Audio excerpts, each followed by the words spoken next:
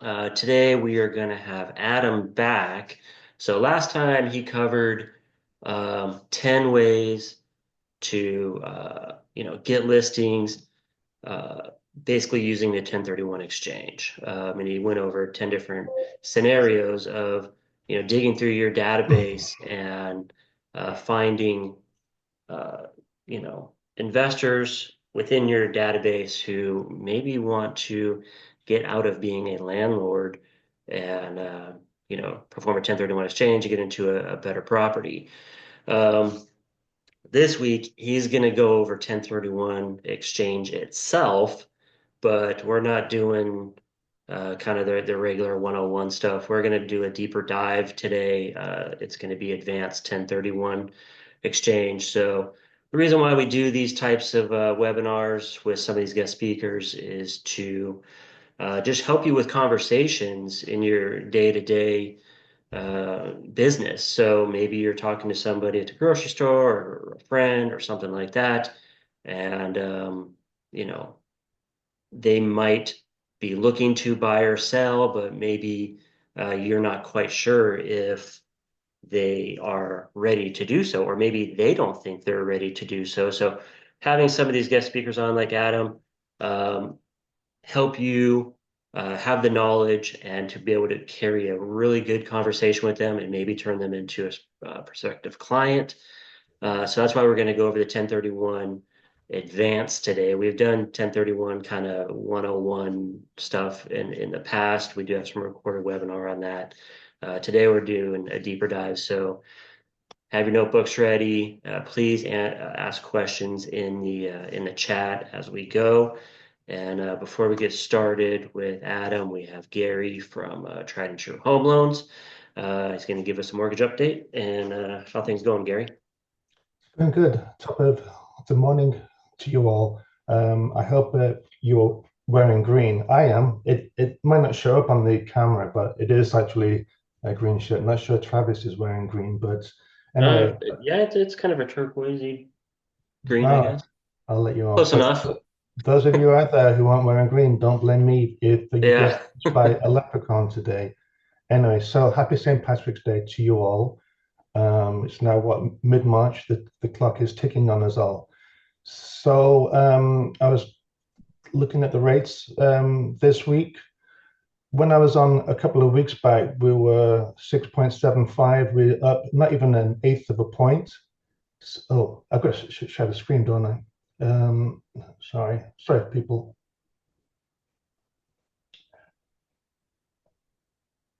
Yeah.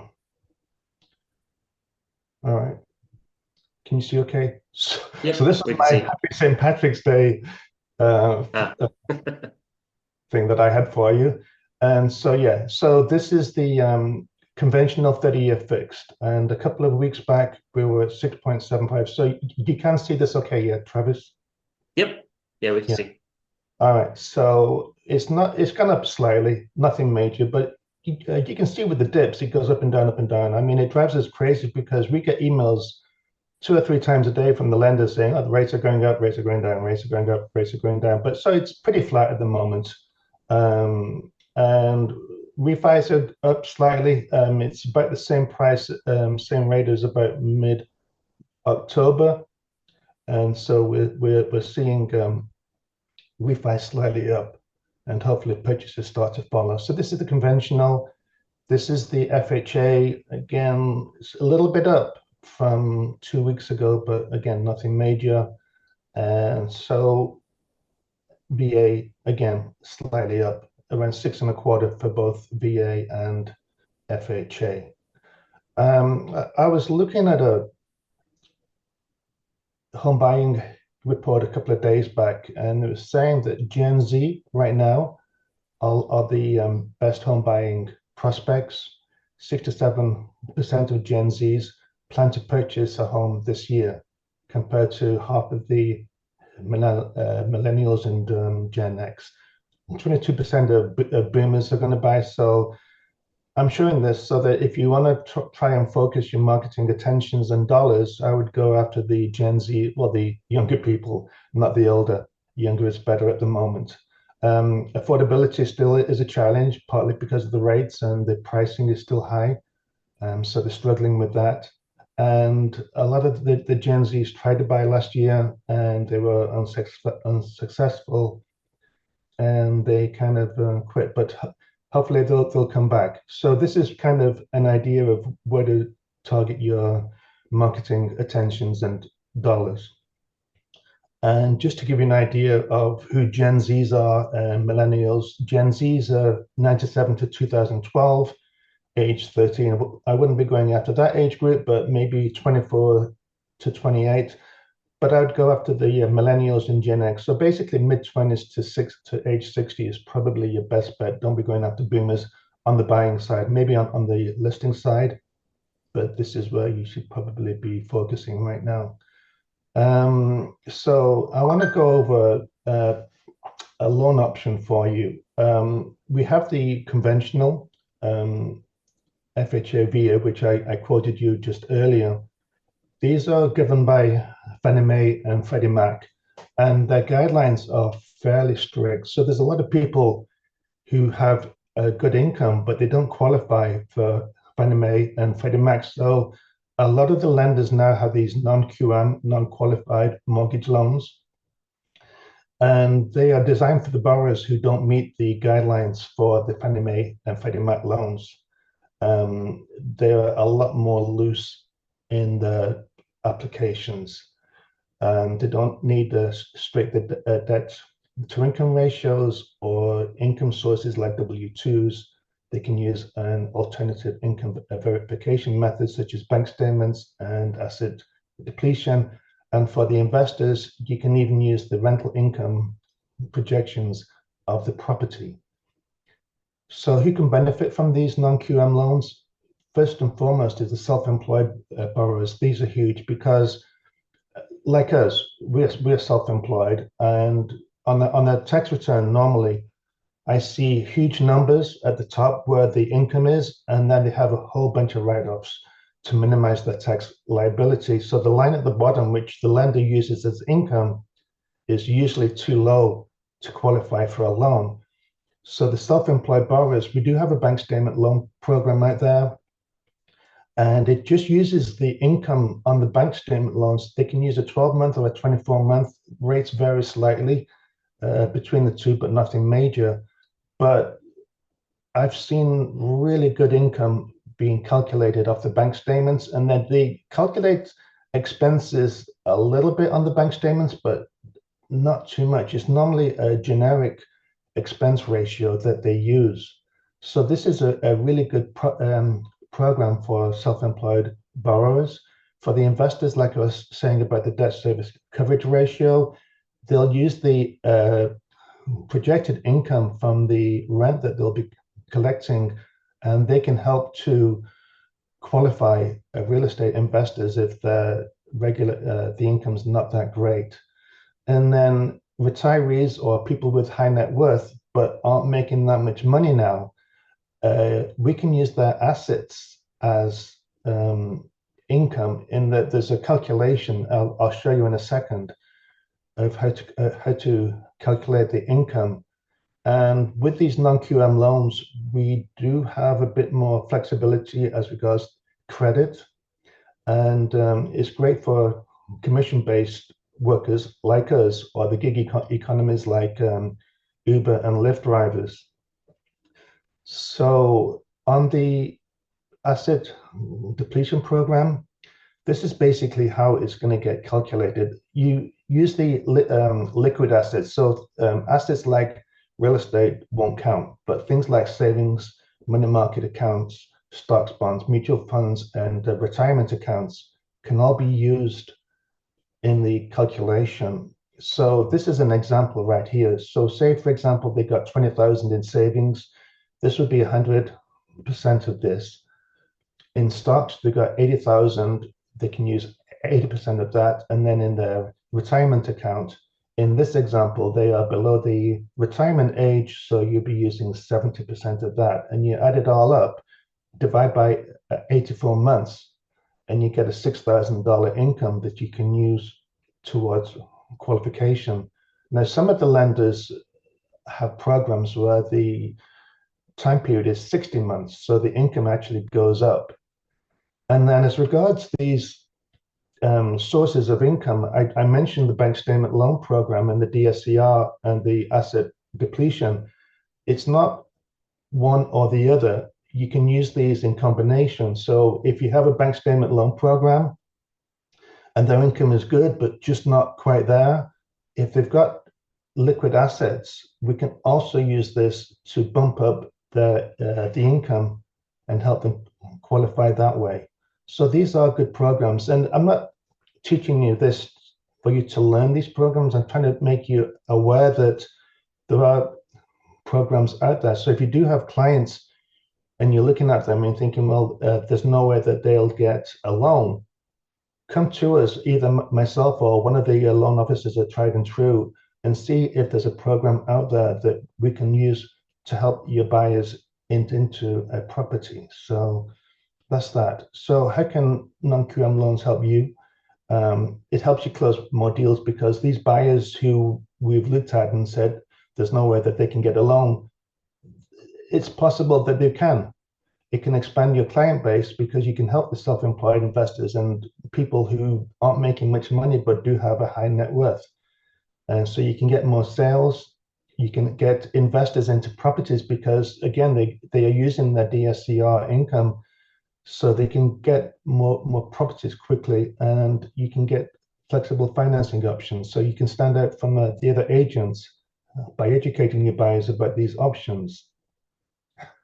And what's the catch? Well, there's always something, isn't there? So it's a higher risk loan, and I've mentioned this a few times. With the higher the risk, the higher the rates. So rates are slightly higher. I don't think it's going to affect uh, a buyer's intent, because if they want a loan and they are self-employed, quite often this is the one and only option for them to qualify.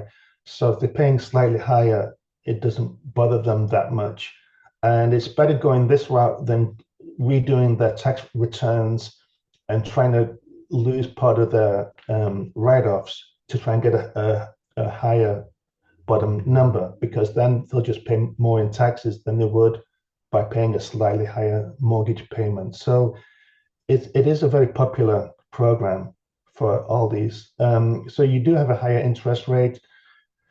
They'll sometimes want a larger down payment in the 10 to 20% down, and sometimes cash reserves again.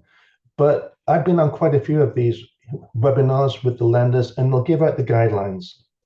And at the end, they always say, but if you have a client who doesn't fit these guidelines, come talk to us, because these are not written in stone. These guidelines are not written in stone. If you have a borrower and the loan makes sense, quite often these lenders are going to do it. So even if say, for example, on the down payment, they may be asking for 15%, but there may be some mitigating factors like a really high credit score or something in there. And they say, well, we'll be a little bit flexible on something. So they do have guidelines, but it's not like the Fannie Mae or Freddie Mac where their guidelines are quite strict. These are kind of flexible.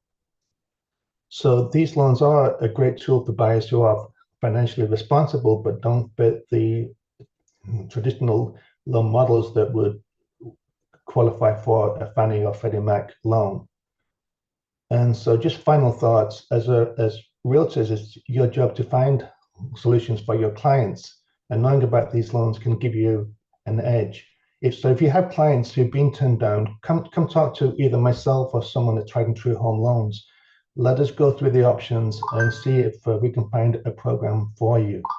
I'd love to help you close more deals and serve more buyers. It's good for you, it's good for me, it's good for the company. So feel free to reach out to me with any scenarios if you need clients pre-approved and all that. And like I've said many times, it's better doing it early in the process. I get realtors calling me saying, we submitted an offer and now the listing agent wants a pre-approval. And it's like, well, you just put the offer in. I've got a day at best to try and get a pre-approval. It's really kind of rushed and it's not the best way of doing things. So try and get us involved as early in the process as possible. And so if you do want to reach out to me, this is my contact information. You can scan the QR code at the bottom, save it to my to your phone. But this is my email and phone number, and we would love the opportunity to earn your business. So again, either call me or or someone that's tried and true. I mentioned it in the past. If you want to find us, just go in the back agent at Rise Realty, and we're in there. All right. Thanks for Awesome. guys Oops. and Travis. That's me done. Yep. Sounds good, Gary. Yeah, I love those non-QM loans. They really open up a lot of opportunity for a lot of buyers, and they're always, the lenders that we deal with there are very creative, and the rates really aren't what you would think they would be for that type of loan. They're really pretty good, actually. They're not as good as standard conventional, but they're pretty good for the most part. So yeah, let us know if you have any kind of weird scenarios, or a buyer that is just having a hard time maybe with their bank, because their bank is just in this box of what they will lend on. So because we can usually get those done. All right. So if you didn't get my spiel in the beginning, today we have Adam on. He came on a few weeks back and went over some ways to, look for listing leads within your database that could be eligible for 1031 exchange, and kind of using that conversation to get them moving towards the 1031 exchange, which would, of course, earn you a listing. Um, we've done a couple webinars on 1031 exchange, kind of some basic stuff in the past, 1031 exchange 101, if you will. But today we're going to do advanced. So, and again, the reason why we do these webinars and have guest speakers like Adam on is to, educate you and hopefully help you with some conversations just in your everyday life to earn business with listings and things like that. So, how's it going, Adam? Good morning. Thank you for having me back. I Morning. guess I Yeah. wasn't too bad last time. If I can be Yeah. back here. All right. So we're doing advanced today, right? Yes, sir. Share Right. my screen.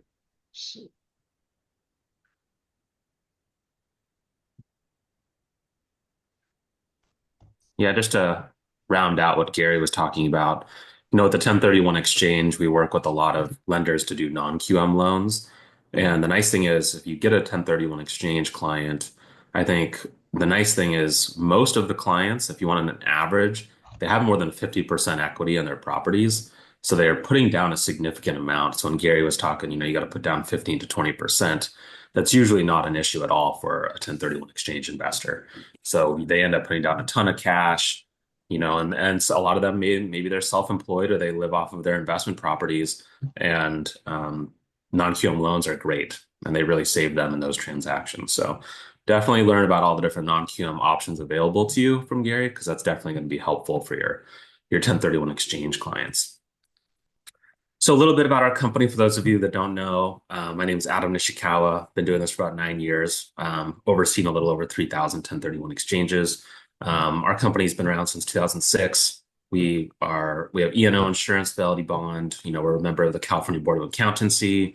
We have a Mandarin and Cantonese speaker, and we offer free audit support. So the 1031 exchange is a federal tax code, and sometimes clients will get audited, and we want to make sure we're there through this entire process, and also there if they end up needing some support during an audit.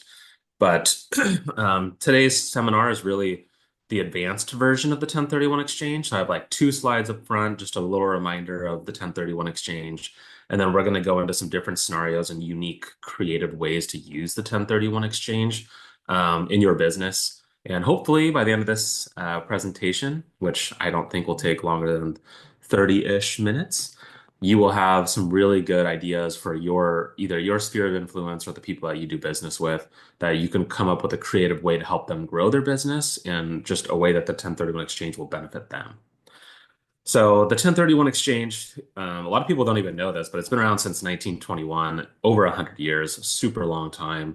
It's changed over the years. The biggest change was back in 1979 and 1984 when they actually allowed you to do a delayed exchange.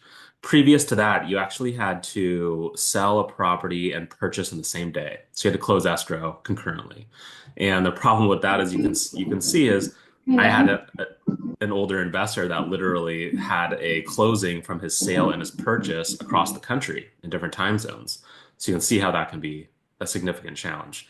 But it's a transaction that allows your investors to defer all their capital gains tax liability by exchanging investment property for like an investment property of equal or greater value. So as long as they're selling something and buying something of great equal or greater value, and their investment properties, they don't have to pay any of the capital gains taxes. And like I went over last time, my average capital gain tax liability for my clients is like 33%. So it's super high. A lot of investors forget that there's federal taxes and state capital gain taxes that apply and depreciation recapture. So all these taxes are significant, and you get to help your investors grow their portfolio in exchange using the 1031 exchange without having to pay any of those.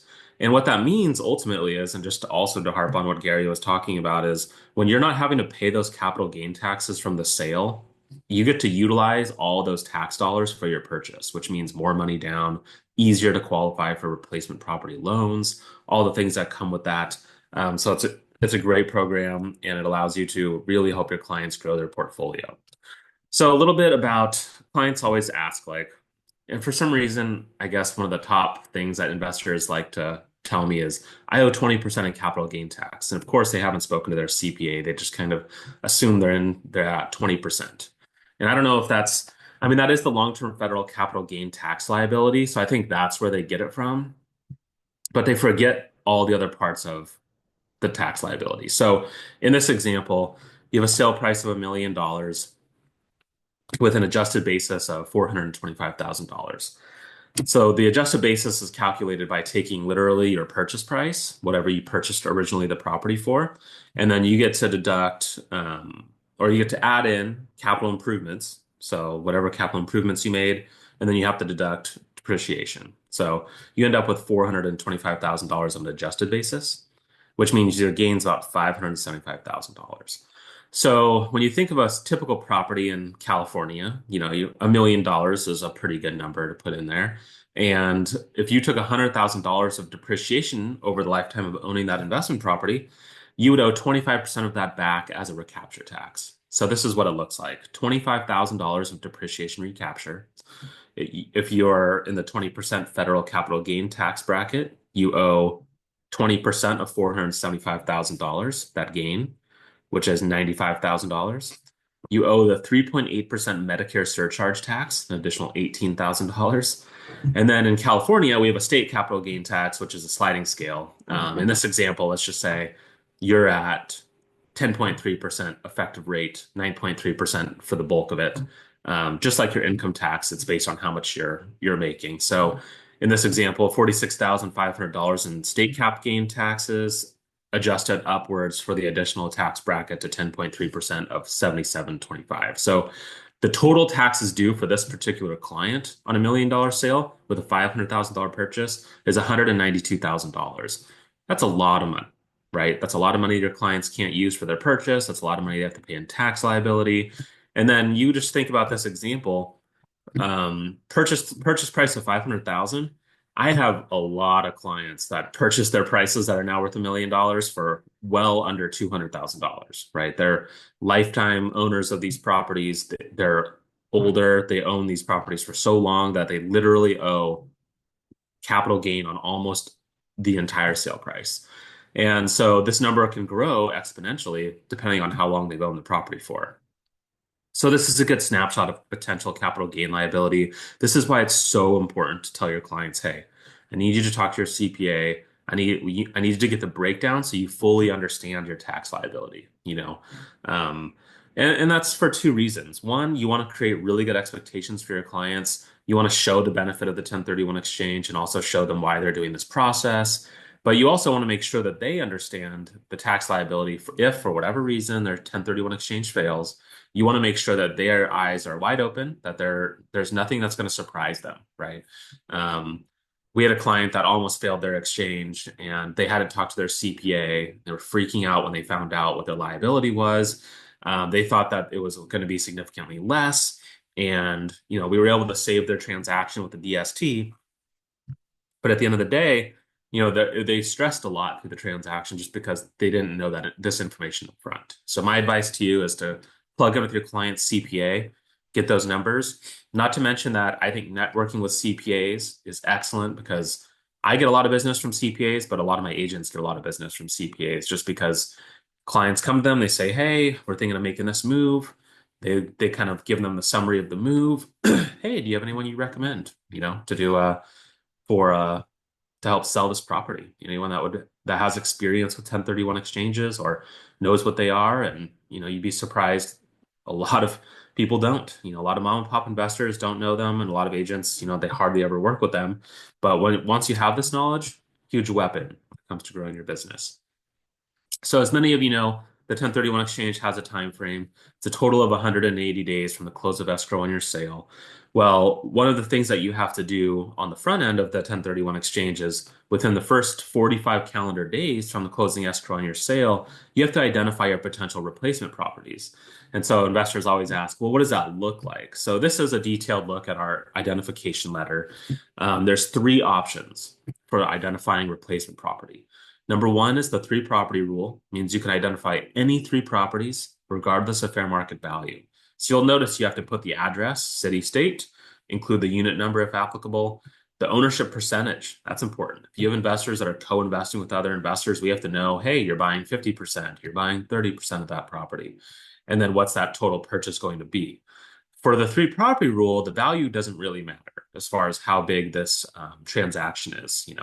I had a client that it was really more convenience, but he sold his relinquished property in Louisiana for $250,000, and he's buying an office building in California for well over 2 million. So there's no value that's going to increase, that's going to affect the three property rule.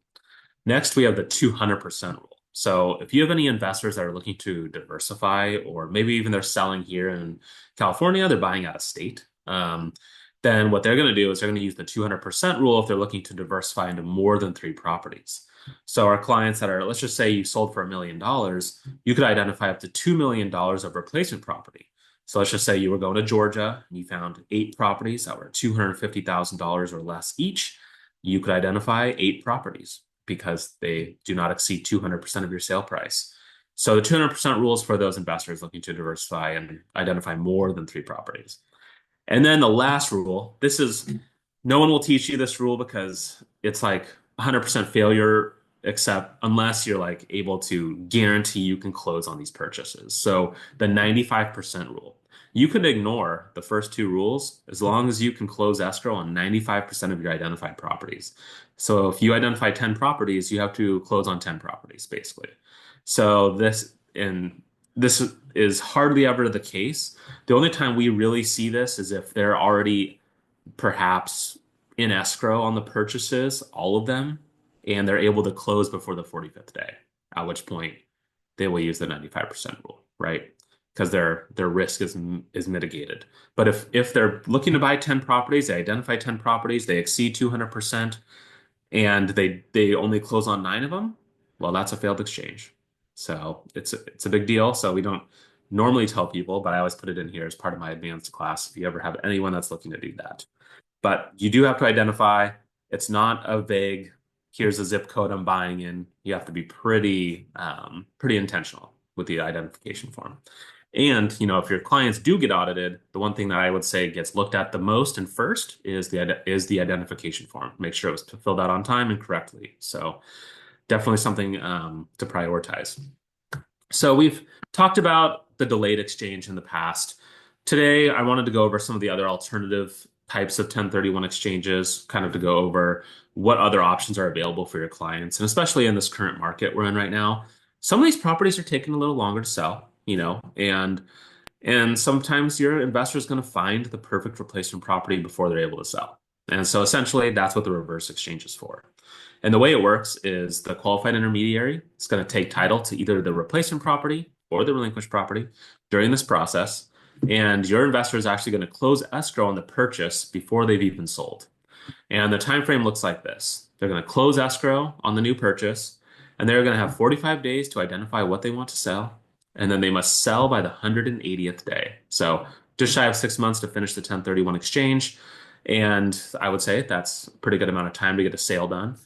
And the situation for this is going to be when your investors, when they've been looking for this certain investment property and you send it to them and they're like, oh my gosh, I've been looking for nothing ever goes on sale in here. I want to buy this, but I'm not ready to sell my other property yet. I haven't given 60-day notice. There's still a lease on the other property, like whatever the situation might be. And this is how they can get into that purchase before they've sold. I do want to highlight, a couple of the challenges with a reverse exchange. So one is financing, just because you haven't sold the relinquished property yet. So your client has to have the money to make the purchase. So that's definitely one of the big ones. And then two, it's we have to take title to potentially the replacement property, but definitely at least the relinquished property. But if we're taking title to the replacement property, no lender is going to really loan on that property. So they may have to put all the money down on the purchase, depending on the situation. So it's just one of those things that it's excellent for the right client, if that's a well-capitalized client that has the money and can afford to do it. But for some investors, it may not be feasible, especially if they're a little tighter on money and their relinquished property maybe isn't worth as much. So something to think about. But we do a lot of reverse exchanges, especially in this market.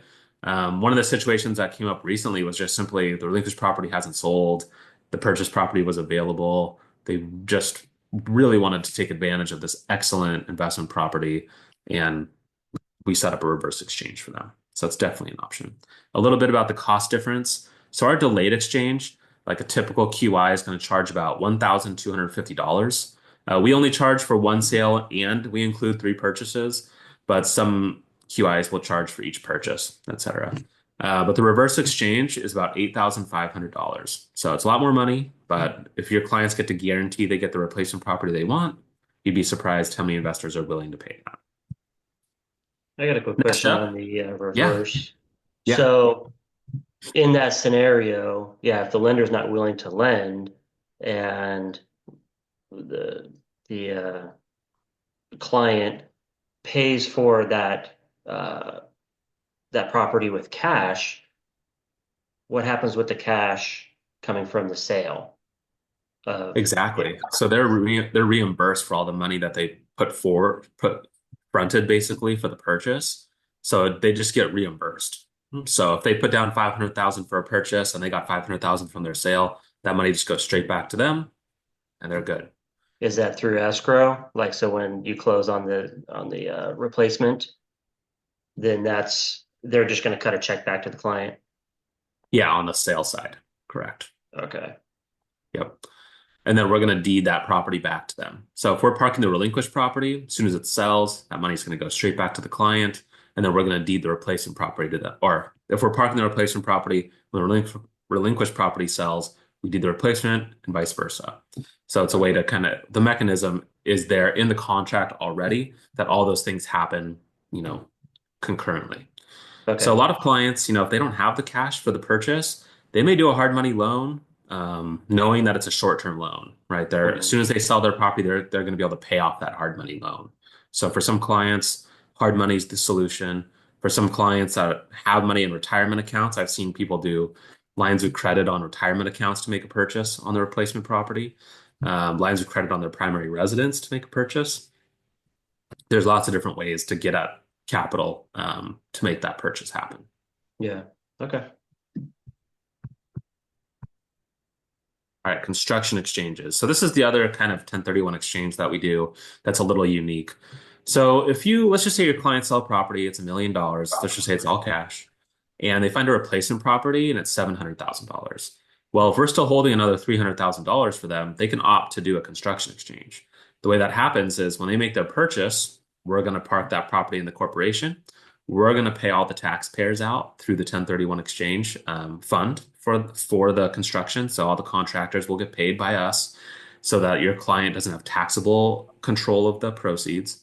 And then at the end of the 180th day, we transfer that property back to them fully improved. So hopefully after they've spent $300,000 on remodeling this home, it's now worth $1 million or more.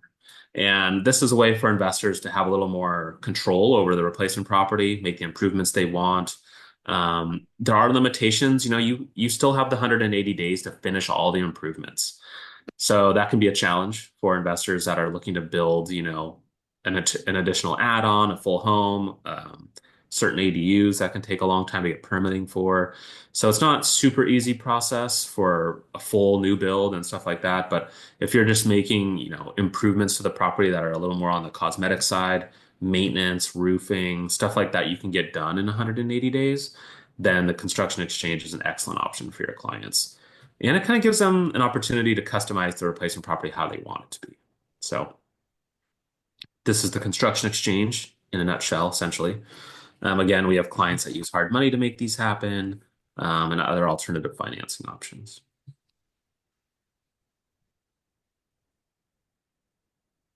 All right, so people always ask us, hey, I want to convert a property. So whether it's a primary to an investment or an investment to a primary, I kind of wanted to go over what that looks like for investors.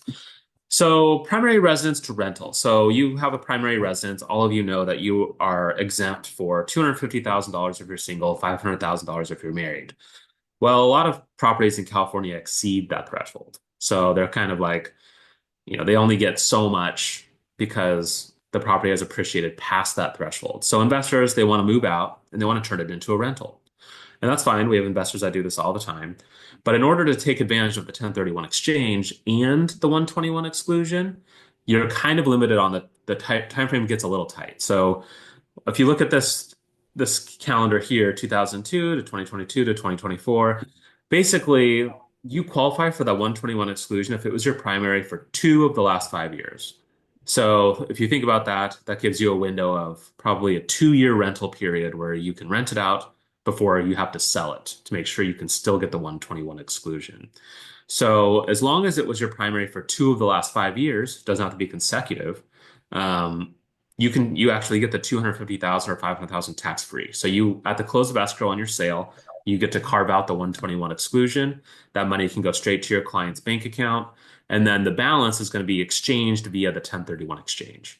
And so typically our clients want to see we want to see a 2-year holding period, and their CPA may have a recommendation for that. I think 2 years is recommended. Some CPAs are a little more cavalier and they're okay with like 13 months. As long as it straddles 2 tax returns, they're okay with that. But this is a way to sort of get around having to pay a lot of those capital gain taxes is to do a conversion. So this is the primary to rental portion. And then for investors that want to go the other way around, we have the rental to primary. This one's a little trickier as far as like what your potential benefits are. But when you convert a rental to a primary, so let's just say you did a 1031 exchange, right? And it was successful. You did the conversion process from before. And typically that 1031 exchange for it to stay valid, you have to buy an investment property, right? A long-term rental property. So you're probably gonna have to rent that replacement property out for a minimum of 2 years, realistically. And that 2 years can be, Airbnb, can be long-term rental, mid-term rental, whatever it needs to be. And then if you move into the property, you can convert it to a primary residence.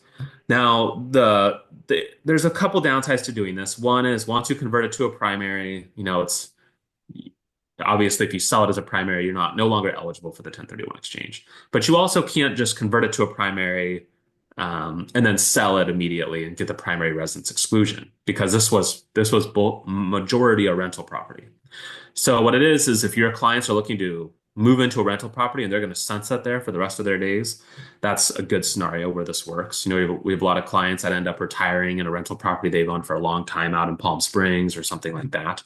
But also, like if they are looking to get the primary residence exclusion back, they're going to have to wait 5 years before they can qualify for the homeowner's exemption again. So if they convert a rental to a primary, just know your clients, the 2-year rental period plus 3 years as a primary residence would be a total of 5 years before they would re-qualify for the 121 exclusion. And then the 121 exclusion is only going to let them defer taxes on those 3 years of ownership as a primary residence. So don't think that they can go back into the rental use for exclusion, the rental use is still going to be treated as its own gain. So that's going to be taxable, basically. But it's possible to convert property. So we have clients that do this. It's a long-term strategy, but it's ways to qualify and move the properties in and out from a rental to a primary residence to give you an idea of how this works. And then, of course, this is something you always want to do under the guidance of your client's CPA and tax attorney, of course. And Travis, stop me if anyone asks any questions and I don't see them, so I can address those. You can throw them in the chat as we go, everyone. Yeah. So another advanced issue. So this is a scenario that actually happened very recently. So we had a condo investor. We have a lot of condo investors right now. As you know, fire insurance has been really difficult for some of these condo developments.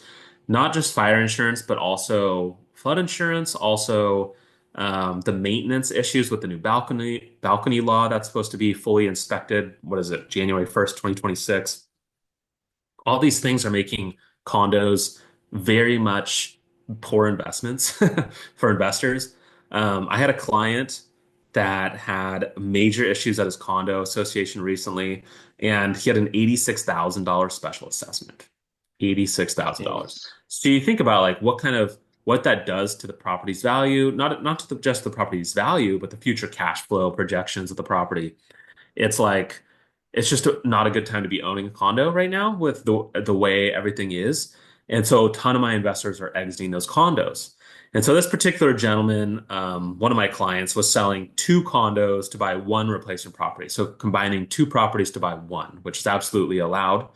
But here's the challenge. So he was able to sell the first relinquished condo, right, for $500,000, was able to buy the replacement property. But the problem is he wasn't able to sell the second property in time before he needed to close on the purchase of his replacement property. So what we did was we set up a hybrid exchange or a blended exchange. What this means is you're doing a delayed exchange into a reverse exchange. Yes, I know, very complicated, but basically $500,000 sale, $1 million purchase, sold the second relinquished property for $500,000 to complete his exchange of a total of $1 million. And the way this works is when you sell your first relinquished property, you have your normal delayed exchange time frame. You got your 45 days and 180 days to find the replacement property. Well, you find the replacement property, you need to close escrow on it before number two sells. At the close of escrow on your new replacement property, you have to set up a reverse exchange. So you're putting the $500,000 into this $1 million replacement property. You're coming up with likely $500,000 of cash or hard money or some other alternative financing. And then you're going to have 180 days to sell the relinquished property number two. So it gives you more time to get it done, sell that second relinquished property. But when it's all said and done, yes, they had to pay what, $1,250, $8,500 total to make this happen, but they deferred 100% of their capital gain taxes. So they didn't have to pay any of their capital gain taxes. You get rid of two condos that are poor investments, that are HOAs are skyrocketing, fire insurance is impossible. The new replacement property has no HOA, no headaches like that. And we were able to accomplish the 1031 exchange for them and a pretty complex one. So we can get creative, and I want your investors to know that, like, hey, if you don't sell that second relinquished property in time, there are solutions available. It doesn't just blow up your exchange. We're going to get really creative for you and help find other ways to do this. It goes the other way too. You can do a reverse exchange into a delayed exchange. And the reason, let me see if I have a slide on that. I don't. So let me go back. So let's just say you want to do a reverse exchange on the front end, and the property that you're purchasing is of higher value, right, than what you're going to be selling. Or sorry, let me think of this. Yeah. Okay, so the property you're selling is of higher value than what you're purchasing. So what happens is you're going to purchase your replacement property that's $500,000, but you're selling a property for $1 million. So you're going to front the $500,000 because you really want to buy this property. The $1 million relinquished property leaves you with an additional $500,000 for your exchange. You're then going to go into a delayed exchange and use the other $500,000 to buy another replacement property. So that's a way that you can kind of do a reverse into a delayed exchange. So it gets pretty advanced, but we can come up with solutions based on the values of your investment properties and what their goals are. We had a client for that particular situation where they had two kids in other states, and they wanted to buy investment properties for them, either to live in and pay fair market rent, or just to manage and kind of learn how to manage money and how to manage property. And to do that, that's what they wanted to do.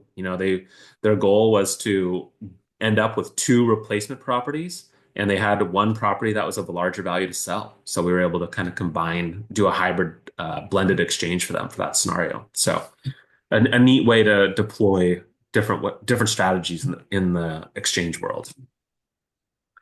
So another issue that a lot of our clients face, especially in this world of house hacking and what is it? Those of you that are Bigger Pockets members, they call it the BRRRR strategy or whatever. A lot of investors, they want to live in one of their units in their properties. And so in this example, let's just say you've got a duplex, right? And this photo is obviously in San Francisco, but and the value is probably incorrect. It's in San Francisco. But let's just, for example, 50% primary, 50% rental, and you sell this property. When you do a 1031 exchange, you actually only have to exchange half the property. It's the investment portion of the property. So you'll have $300,000 of proceeds to use in your 1031 exchange. The half that you use as your primary residence, you still get your primary residence exclusion. So let's just say your capital gain was $200,000 on the primary residence half. You're completely covered by your primary residence exclusion. So that money does not need to be included in the 1031 exchange. But when you go to purchase your replacement property, you're still allowed to live in half the property as long as the investment portion is equal to or greater than $300,000. So this is a neat way for investors to scale their portfolios. We have a lot of investors that are, they start with one property and then like a duplex, and then they move to a triplex, and then a fourplex, and then a tenplex, and they're just trading up, right? Their renters are paying down the mortgage for them, building up that equity, and over time they're just basically playing bigger or better and getting a bigger or better apartment community. They hire property managers so no one knows they're the owner living there with them. There's ways to make it a very easy process. So just so you know, your investors are allowed to combine these for multifamily properties. So it's just a neat way to deploy capital to, have a renter paying for part of your mortgage on your property. Just an interesting solution for investors and people that are looking to house hack, and maybe they don't have the equity to go buy the big single family home they want right now, but they can get into some sort of a duplex that has income generated, potential. Zero appreciation exchanges or zero equity exchanges. I just bring this up because there are situations where an investor may have either purchased at the height of the market, and let's just say somebody did a 1031 exchange previously into like the height of the market in 2020, 2021, let's just say in Texas or somewhere where they thought they were going to make a bunch of money and that property has actually not appreciated at all. Well, when they do a 1031 exchange, they're still going to have to do an exchange, either A, because they did a previous exchange, they do have gain from the previous exchange, or B, because they've owned it for a long time, and although the property has not gone up in value, they've been writing depreciation off this whole time. Depreciation recapture still gets paid even if you did not have a capital gain or, a visible sale price capital gain. Depreciation recapture still gets paid on the sale of that investment property. So we've had clients with six-figure depreciation recapture bills, even though they didn't necessarily have additional appreciation. And so this is just something to look out for. And if you ever see an investor in this situation, don't think they don't need a 1031 exchange, because they may still need the 1031 exchange. It just depends on the situation. So this has kind of been the case. I've been helping some of my investors that went into Austin, Texas, or into certain parts of Texas, and they just did not make money at all. And then maybe they had over there, the property tax basis gets reassessed every couple of years, et cetera. So I'm getting a lot of investors that are moving back, or they regret that move. And so be on the lookout for zero appreciation exchanges. All right. Next advanced topic, seller financing. So when you're doing a 1031 exchange, wait, let me check the chat. Let's see if there's anybody. Yeah, we have one from Manny. Yeah, Manny Fonseca. Okay. They live in a multi-unit. Will they be involved in a 1031 and also emit a percentage of the basis as primary exclusion? Correct. So part of the property is going to be allocated to the primary residence portion of the property. So that includes everything. that's under that primary residence portion. So it's going to be probably a percentage, if it's 50% if it's a duplex, 25% if it's a fourplex, et cetera.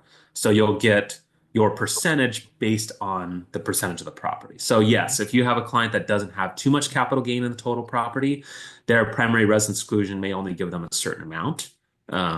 They can't take the whole amount for the whole property, right? It's only for the percentage that was their primary. So hopefully that answers your question. Perfect.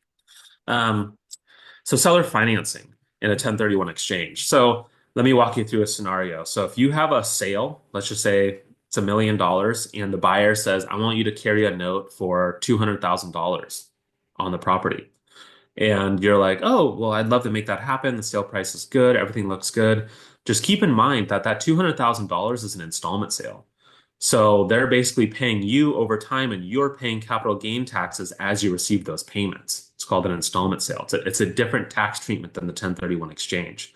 So you may be able to defer taxes on the $800,000 that you did an exchange with, but the $200,000 of that note is going to be an installment portion. So the ways to get around this is to basically not include the note in the exchange.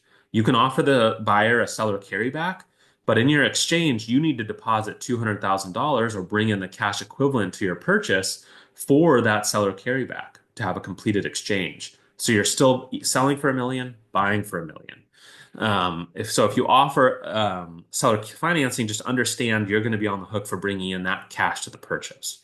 So it's not impossible, and it's not, the end of the world, but for some investors, that's not realistic for them. And so they can't offer seller financing.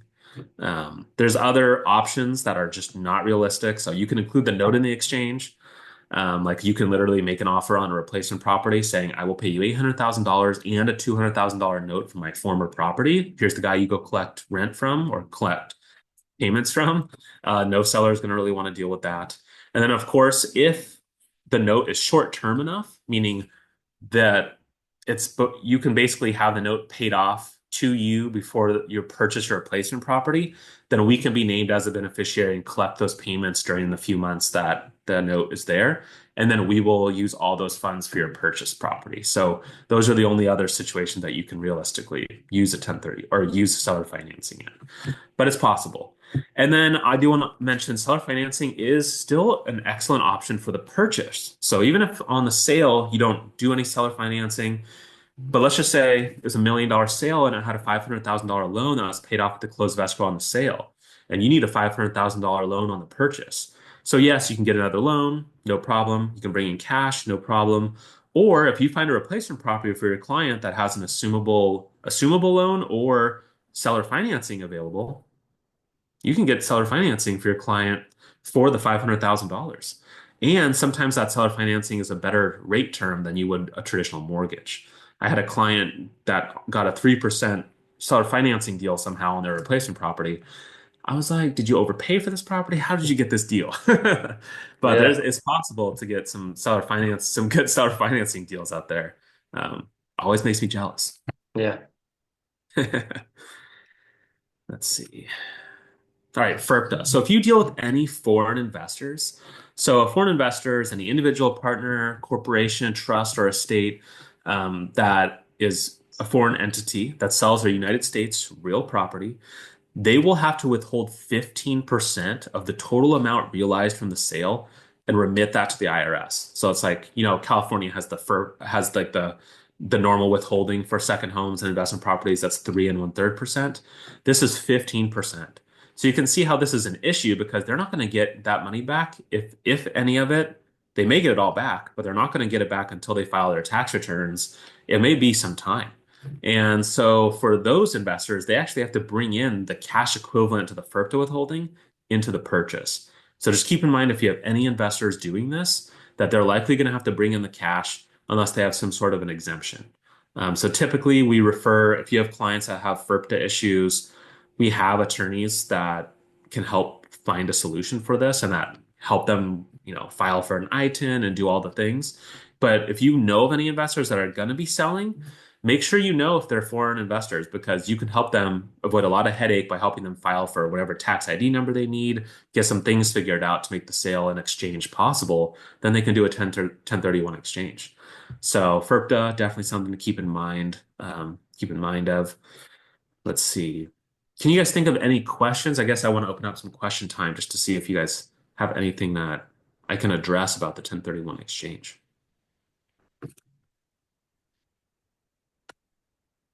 Let's see if anyone puts anything in the chat. Um, could you use it for like a business purchase? So not directly for the business because it has to be real property held for productive use in a trader business, but you can buy a property to use for your business. So like Okay. we have clients that buy their dental offices, we have clients that buy their real estate brokerage offices, we have clients that buy land for their farm. So there's lots of different business properties that you can buy, but you can't buy the business itself. So that'll Okay. be carved out from the transaction. That'll be a separate ownership Okay. part. But yeah, I mean, So yeah, how would they calculate that, I guess? They have to break down what the business is worth and what the real estate's worth, and yeah. then They'll do a calculation of the real property versus the personal property in that mhm. in that situation. So like, if you're buying a car wash and they say the land and the building is worth $500,000, business is worth $300,000. The $500,000 is the 1031 portion, and then the 300,000 they're going to have to figure out, SBA, whatever loan they need to do to buy that. But Yeah. yeah, it'll be carved Okay. out. We've got one in here. Is there any receipt of, oh, it moved, of boot that would disqualify the 1031? Yeah, that's a good question. So when you're doing a partial exchange, the benefit is diminishing based on your basis in the property. So if you had a $500,000 capital gain in a property, let's say it's $1 million sale, you bought it for 500,000, $500,000 capital gain. When you do a 1031 exchange, if you find something for 800,000, great, you're still deferring, a couple $100,000. If you find something for $500,000, well, at that point, there is no capital gain that you're deferring. It's your original basis. So the 1031 exchange isn't going to benefit you. So you have to make sure you're buying at least a property that's greater than your basis, right? To have a value. Now, our fee is only $1,250. So a lot of clients, even if they're doing a partial exchange for, even if they're 300,000 under the target replacement property, they're paying capital gain tax on that. They may still be deferring more taxes than $1,250. So they'll do it. Nobody wants to pay more taxes than they have to. But after that, once you hit that basis, then there's no point to do a 1031 exchange. There's no benefit. Let's see, we've got, is 1031 exchange is applicable when the given state for e.g. only California? No, you can, I think you're asking if you have to buy in the same state that you're selling. That answer would be Oh, no. right. Yeah. So the 1031 exchange is a federal tax code that every state cooperates with. So you can exchange anywhere in the country. So you can sell in California, you can buy in Florida, et cetera, move money around the state and the country any way you want. The only thing different for like some states, there's a handful of states that have a clawback provision. So like if you sell in California and you buy in Florida, your money is deferred. You do have to report to the franchise tax board here in California that the money's been deferred to Florida, and you have to let them know every year. If you ever sell the property in Florida without doing another 1031 exchange, then you will pay the franchise tax board at that time. So some states have that clawback provision, but as long as you keep deferring until you die, you don't have to pay any of those capital gain taxes. Good question. We've got, doesn't it have to be a like property? Yeah, so like kind, super broad term. So like kind is just the qualified use of the property for investment or business purposes.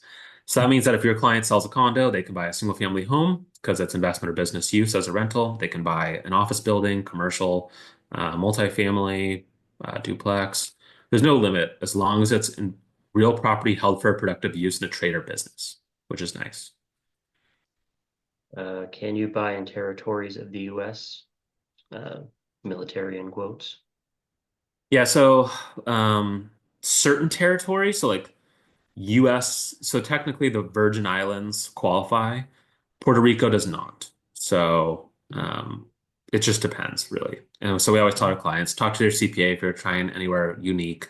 Um, the cool thing is, so you bring up military. So I guess I wanted to bring up one thing that I've been I didn't even know until recently, but you get sent away on orders for the military. Let's just say you got sent, you got deployed basically. So you had to move out of your primary residence to get deployed. Well, what happens is that property, if you're going to keep it, it's going to turn into a rental property. And let's just say 5 years go by and you want to sell it.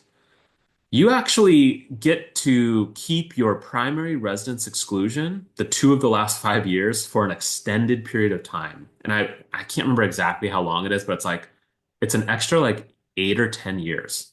So because you were deployed on orders. So as long as you're deployed on orders, your primary residence exclusion is extended significantly. And so if you live in an area that has a lot of military, you do a lot of military transactions, or you yourself are military, that's a great tax benefit for our armed services. So keep that in mind if you're ever even selling someone. Like I had a client that had a property that's been a rental for a while, and he called me, and I actually had to do like he was stationed in Guam. I had to do like a WhatsApp call with him. We've all gotten those WhatsApp. Are these Yeah, real investors? But this yeah. was a real investor, and his question was, "Hey, I heard that there might be an extension to this," and we looped in his CPA, and his CPA was like, "Yeah, you get longer if you were sent there on orders and you've been gone. You definitely get that benefit." So really cool program for them. I guess I have one. So we have obviously disclosures, that we have to, as a seller, we usually say, hey, buyer agrees to participate in this. Are there any risks to the buyer in this scenario where the seller needs to do an exchange? Absolutely not. They have to sign a notice of assignment, just that acknowledges that we're going to be assigning into the contract for the 1031 exchange purposes, but it's not going to change the contract at all unless they're asking for extensions for some reason. We have some clients that they ask for extensions on the sale. They're like, we want a 30-day escrow with two options to extend by 15 days just because they're trying to find a replacement property and get it under contract. But if there is no cost, so that addendum holds true. There's a seller's addendum and a buyer's addendum in the car forms that Mhm. many of you have obviously seen, but it's not going to affect them at all. So if you ever have clients that the buyer's worried, I'm happy to talk to the buyer. I do it all the time. Like, hey, this is not going to affect you. You're going to close on time. Everything's going to be fine. They're just doing an exchange. This is to help them out. So Yeah. yeah, Okay. no impact. Yeah, I have that question come up.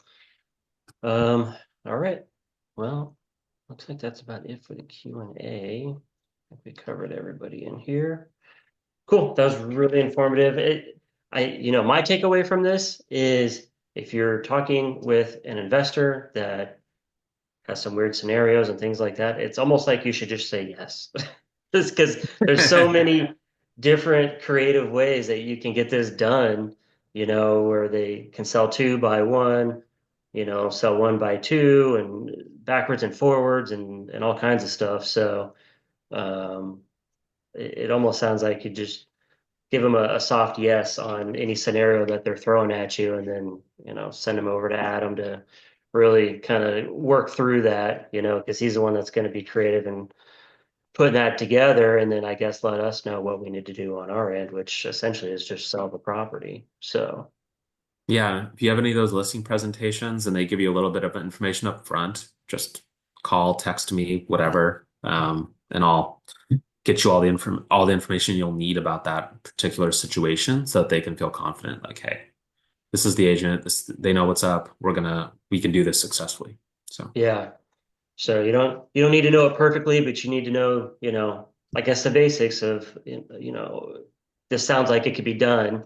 We just went through a whole bunch of different scenarios, and it just sounds like you can pretty much just say yes all the time. Yeah, it sounds like we could probably get that done.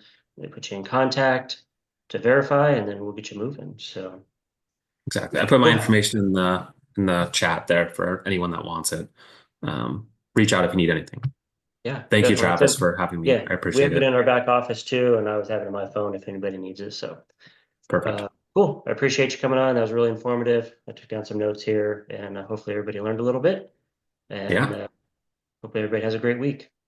All right. Thanks, All right. Travis. We'll I'm see you here later. anytime. All right. Talk to you later.